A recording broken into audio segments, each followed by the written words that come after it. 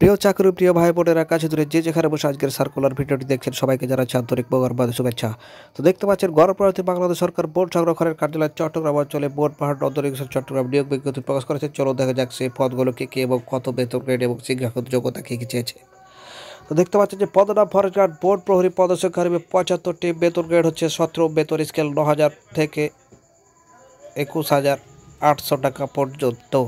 শিক্ষাগত যোগ্যতা চেয়েছে যে কোনো স্বীকৃত বোর্ড হতে উচ্চ মাধ্যমিক সার্টিফিকেট বা সমানের পরীক্ষায় উত্তীর্ণ, উচ্চতা 163 সেন্টিমিটার ও বুকের মাপ 76 সেন্টিমিটার।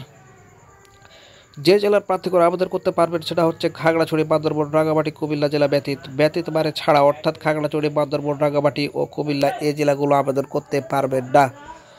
এছাড়া আপনারা সব জেলার আবেদন করতে পারবেন, তবে ইয়েতিম ও শারীরিক প্রতিবন্ধী কোটা চট্টগ্রাম বিভাগের সকল জেলার প্রার্থীরা আবেদন করতে পারবেন।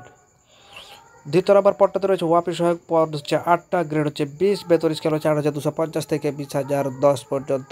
যে কোনো স্বীকৃত বোর্ড হতে মাধ্যমিক স্কুল ও সার্টিফিকেট সমানের পরীক্ষায় উত্তীর্ণ সুস্বাস্থ্যের অধিকারী হতে হবে। তো দেখতে পাচ্ছেন আবেদন ফর্ম পূরণ ও নিয়োগ পরীক্ষা সংক্রান্ত শর্ত বলে তারা এখানে বেশ কিছু শর্ত দিয়ে দিয়েছে। এখানে 31/10/2022 খ্রিস্টাব্দে আবেদনের বয়স 18 বছর হতে হবে, এটাই হচ্ছে তাদের শর্ত, বা অর্থাৎ 30 বছর হতে পারে এবং 22। তারপর দেখতে পাচ্ছেন যে এখানে আরও গুরুত্বপূর্ণ রুলসগুলো রয়েছে, আপনারা সবগুলো পড়ে নেবেন, কারণ যেহেতু আপনি দরখাস্ত করবেন এটা ভালোভাবে দেখে আনার দায়িত্ব কিন্তু আপনারই। তো দেখতে পাচ্ছেন আবেদনের সময়সীমা নিম্নরূপ। এখানে আবেদন শুরু হবে, দেখা যাচ্ছে 31/10/2022 শুরু হবে এবং 20/11/2022 3টা পর্যন্ত শেষ কার্যক্রম।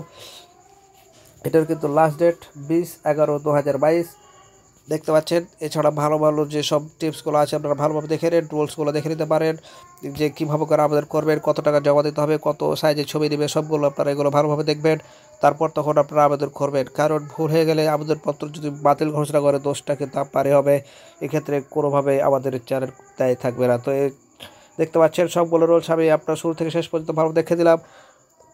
তো ভিডিওটি যদি আপনার কাছে ভালো লাগে বা উপকারী মনে হয় তাহলে লাইক, কমেন্ট, শেয়ার করে আমাদের চ্যানেলের সদস্য হওয়ার জন্য আহ্বান জানিয়ে এখানে বিদায় নিচ্ছি। আল্লাহ হাফেজ।